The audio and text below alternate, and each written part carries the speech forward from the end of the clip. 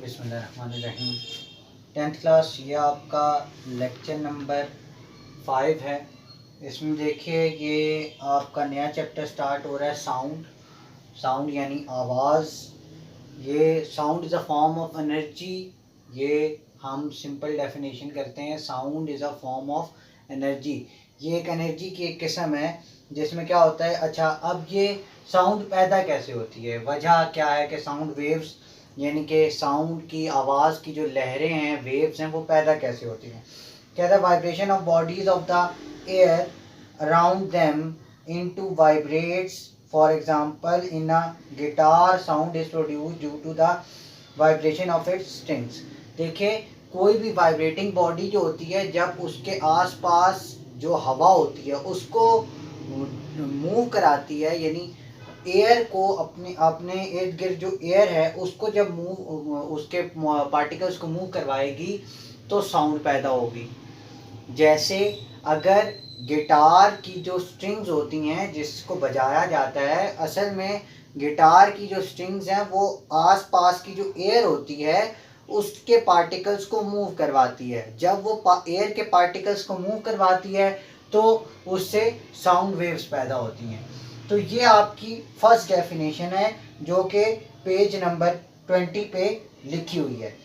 सब असल में साउंड वैसे मूव नहीं कर पाती, यानी कि अगर मीडियम कोई ऐसा मटेरियल मीडियम ना हो जिससे साउंड एक जगह से दूसरी जगह ट्रैवल कर सके, तो फिर साउंड का आपको कोई आवाज़ मौजूद, यानी आपको कोई आवाज़ सुनाई नहीं देगी। जैसे कि अगर मैं यहाँ से बोल रहा हूँ और बीच में एयर नहीं है तो दूसरे सामने वाले खड़े बंदे को आवाज़ नहीं आएगी, बिल्कुल भी नहीं आएगी। वजह क्या है कि इसका डायरेक्ट ताल्लुक एयर से है। एयर मीडियम हो या कोई वाटर मीडियम हो, कोई मीडियम मटेरियल मीडियम होना चाहिए।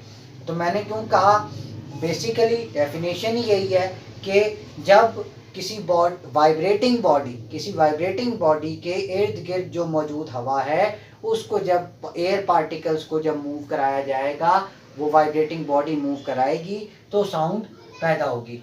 Sound is produced by vibrating body. ये सारी बात वही है कि साउंड कैसे प्रोड्यूस होती है, वाइब्रेटिंग बॉडी से।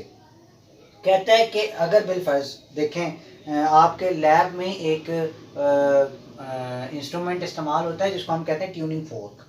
ट्यूनिंग फोर्क बेसिकली ये ऐसा दिखता है, ये ट्यूनिंग फोर्क ऐसा दिखता है। इसको हम रबर पैड होता है, रबर का पैड होता है, उसके ऊपर मारते हैं तो इसके जो आगे वाले दोनों ट्यूनिंग फोर्क यानी कि ये जो दोनों ऊपर वाले क्या हैं, रबर पैड के साथ हम जब ट्यूनिंग फोर्क को मारते हैं तो वो उसके अंदर वाइब्रेशन पैदा होती है। अच्छा, अब ये मेटल का होता है, इसमें वाइब्रेशन जब पैदा होती है तो जब आप कान के करीब लेकर जाते हैं तो आपको आवाज़ सुनाई देती है, जैसे मक्खी की भिनभिनाहट की आवाज़ होती है, ऐसी आवाज़ आपको सुनाई देती है। बेसिकली ये साउंड कैसे प्रोड्यूस हुई, क्योंकि ट्यूनिंग फोर्क जो है वो आपका वाइब्रेट कर रहा है, उसने अपने आसपास की एयर को क्या किया, मूव करवाया, तो क्या हुआ कि आवाज़ पैदा हुई। ट्यूनिंग फोर्क किस तरह का होता है, उसको जब आप रबर पैड के साथ मारते हैं तो उसके अंदर वाइब्रेशन प्रोड्यूस होती है। जब वाइब्रेशन प्रोड्यूस होगी तो वो एयर के पार्टिकल्स को अपनी जगह से मूव कराएगा और उसी एयर पार्टिकल्स की मूवमेंट की वजह से ही जो साउंड है वो प्रोड्यूस होगी। इसीलिए मैंने लिखा, ये टॉपिक का नाम है sound is produce by vibrating body. Sound produce ही जब होती है जब कोई बॉडी वाइब्रेट कर रही हो। अच्छा जी, अब तीसरी बात, sound requires material medium for its propagation. Propagation का मतलब ट्रैवल करना, एक जगह से दूसरी जगह ट्रैवल करना। मैंने अभी शुरू में बताया था, थोड़ी सी एग्जांपल बताई थी। Sound requires material medium for its propagation, के साउंड को एक ख़ास मीडियम चाहिए होगा, मटेरियल मीडियम, ऐसा मीडियम जो फिजिकल एग्जिस्टेंस रखता हो। पानी, हवा, ये मटेरियल मीडियम है। अगर पानी, हवा, ऐसा मीडियम बीच में मौजूद ना हो, मीडियम का मतलब आलाकार, यानी कि आपको जो किसी काम में मदद दे, यानी ट्रैवल कराने में मदद देता है, ये मीडियम एयर भी हो सकती है, वाटर भी हो सकता है।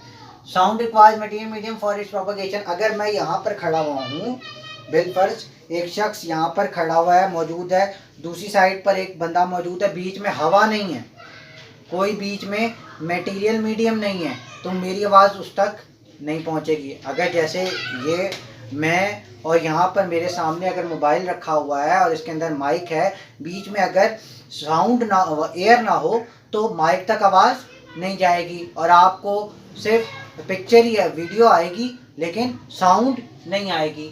वजह क्या है? कि वजह यही है कि बीच में हमारे यहाँ पर एयर मीडियम मौजूद है। अच्छा, अब एग्जांपल के तौर पे एक एक्सपेरिमेंट करते हैं। एक्सपेरिमेंट में क्या होता है कि जी आप एक क्या लीजिए, बेल जार लें। बेल जार एक इलेक्ट्रिकल होता है, ये देखिए, ये मैं आपको दिखा रहा हूँ, ये बुक पे आपके बना हुआ है पेज नंबर 21 पे। इसको हम कहते हैं बेल जार। ये इलेक्ट्रिकली ऑपरेटेड होता है, यानी कि इसको हम इलेक्ट्रिसिटी से ऑपरेट कराते हैं। इसका हम एक पावर सप्लाई होती है, पावर सप्लाई को आप इलेक्ट्रिक सॉकेट में लगाते हैं और उससे इसको इलेक्ट्रिक करंट देते हैं। इसके साथ ही नीचे, इसके नीचे हम वैक्यूम पंप, यहाँ पर नीचे जो नज़र आ रहा है ग्रे कलर का, ये वैक्यूम पंप है, इसके नीचे हम वैक्यूम पंप लगा देते हैं। वैक्यूम पंप क्यों लगाएंगे? वैक्यूम पंप ऑन करेंगे तो क्या होगा, शुरू में जब आप बेल जार को ऑन करेंगे तो आपको साउंड सुनाई देगी बेल की। जैसे जैसे वैक्यूम पंप जो है उसकी हवा को सक करता रहेगा, खींचता जाएगा, तो हवा ख़त्म होती जाएगी उसके अंदर से। जैसे ही हवा ख़त्म हो जाएगी तो मीडियम ख़त्म हो जाएगा, जब मीडियम ख़त्म हो जाएगा तो आपको बेल की आवाज़ नहीं आएगी।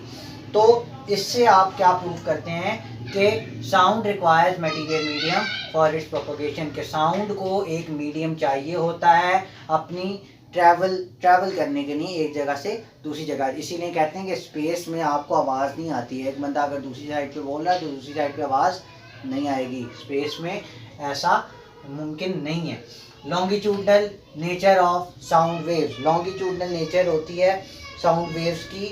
कहता है कि जब आप ट्यूनिंग फोर्क, जैसे आप देखिए यहाँ पर एक एग्जांपल बनी हुई है पेज नंबर 21 पे, कि अगर आप ट्यूनिंग फोर्क को रबर पैड के साथ मारें तो उसके जो ट्यूनिंग फोर्क के जो दो सिरे हैं, प्रॉन्ग्स जिसको कहते हैं, लेफ्ट प्रॉन्ग और राइट प्रॉन्ग, अगर बिलफर्ज राइट प्रॉन्ग को आपने मारा रबर पैड के साथ तो ये वाइब्रेट करना शुरू कर देगा।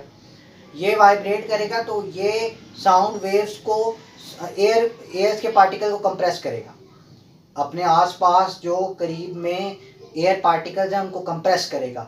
वो कंप्रेस होते जाएंगे, वो अगले वाले को कंप्रेस करेंगे और वो आगे कंप्रेस करते चले जाएंगे एक दूसरे से टकरा कर, तो वो लॉन्गिट्यूडनल वेव्स बनना शुरू हो जाएंगी।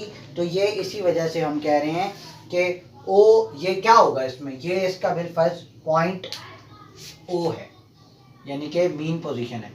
इसको आपने वाइब्रेट कराया तो ये क्या हो गया, इधर तक चला गया, तो ये जगह इसकी कौन सी आ गई, ए पॉइंट। तो ये बाकायदा बार बार वाइब्रेट करता जाएगा, ओ पोजीशन पर आएगा, ए पोजीशन पर आएगा और अपने एयर पार्टिकल्स को कंप्रेस करेगा। जब वो कंप्रेस करेगा तो उस कंप्रेशन की वजह से एयर के अंदर, पार्टिकल्स के अंदर मूवमेंट पैदा होगी।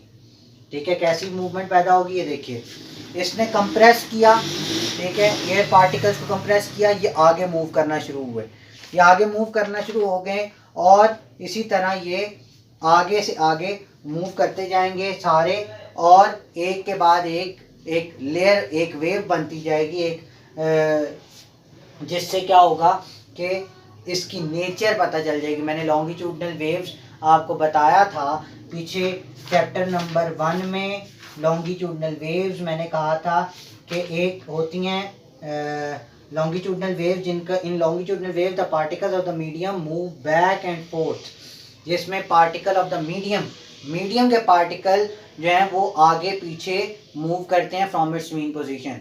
ठीक है, तो ये क्योंकि साउंड वेव जो है उसकी नेचर ही लॉन्गिट्यूडनल है, इसलिए वो अपने मीडियम के पार्टिकल्स को टू एंड फ्रो मूव करवाता है।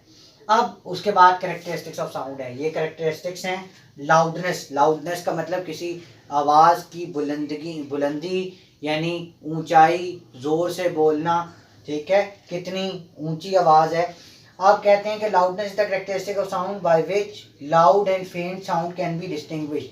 इस कैरेक्टरिस्टिक ऑफ साउंड की वजह से एक ऐसी खसूसियत है आवाज़ की जिससे आपको पता चलता है कि कौन सी आवाज़ धीमी है और कौन सी आवाज़ यानी बुलंद है, ऊंची आवाज़ है।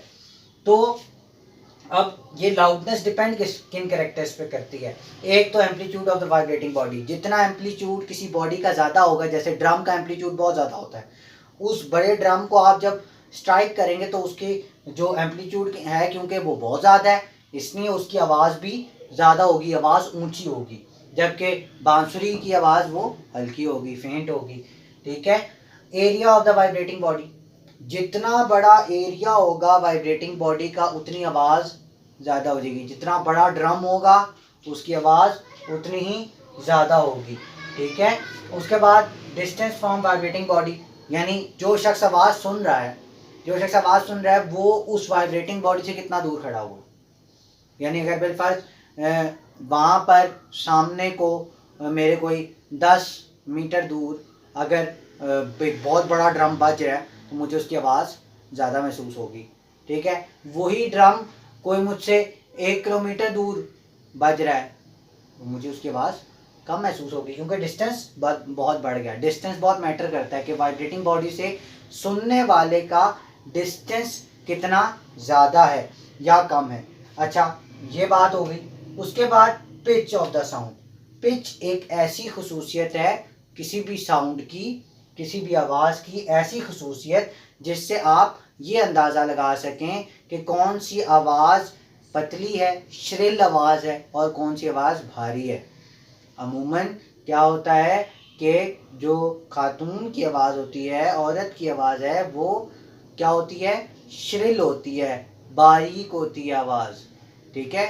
और जो मर्द की आवाज़ होती है वो भारी होती है, वो ग्रेव वॉइस होती है। इसके अंदर यही डेफिनेशन लिखी हुई है, pitch is the characteristic of sound by which we can distinguish between shrill and grave sound. ऐसी खसूसियत जिससे हम ये पता लगा सकें कि जिससे हमें पता चल जाए कि ये आवाज़ श्रिल है तो ये किसी खातून की आवाज़ है, और ये आवाज़ भारी है तो ये किसी मर्द की आवाज़ है। उसके बाद quality of sound. Quality of sound क्या होता है कि द कैरेक्टरिस्टिक ऑफ साउंड एक ऐसी खसूसियत साउंड की by which we can distinguish between two sound of same loudness and pitch. ऐसा हो कभी कि एक ही लाउडनेस हो, एक ही पिच हो, लेकिन आप रूम के बाहर खड़े हुए हैं, अंदर पियानो बज रहा है। ठीक है। अंदर पियानो बज रहा है और गिटार बज रहा है, आपको फ़ौरन पता चल जाएगा कि जी ये आवाज़ पियानो की है, ये आवाज़ गिटार की है, due to its quality. Quality की वजह से आप उससे अंदाज़ा लगा लेंगे कि अंदर पियानो बज रहा है और गिटार बज रहा है, आवाज़ कौन सी किसकी है। जैसे अगर बिलफर्ज किसी कमरे के अंदर मैं बैठा हुआ हूँ और सरशान बैठे हुए हैं, ठीक है, हम दोनों आपस में बातें कर रहे हैं, तो आप बाहर से सुन सकते हैं कि कौन सी आवाज़ सरफराज की है और कौन सी आवाज़ सरशान की है। क्यों? क्योंकि ड्यू टू इट्स क्वालिटी। हम जब एक साथ बैठे हुए हैं तो हम कोई ऊंचा ऊंचा तो बोलेंगे नहीं, आपस में बात कर रहे हैं तो हमारी अमूमन एक जैसी लाउडनेस होगी, और क्योंकि मर्दाना आवाज़ है उसकी पिच भी तकरीबन एक जैसी होगी। तो क्या होगा कि आप बाहर खड़े होकर पता कर सकेंगे, भांप लेंगे कि कौन सी आवाज़ सरशान की है और कौन सी आवाज़ मेरी है। तो ये आज तक का चैप्टर हो गया आपका, जो कि 4 पेजेस हमने डिस्कस कर लिए, 20, 21, 22, 23। ये आपके क्वेश्चन आंसर्स हैं। इसके निशान मैं आपको बता दूंगा, जो आपको मैं वॉइस नोट भेजूंगा उसमें आपको लिखा होगा, और उसमें मैं बता दूंगा कि कहाँ से लेकर कहाँ तक निशान लगाने, और मैं आपको बुक्स की पिक्चर्स भी भेज दूंगा। Thank you very much.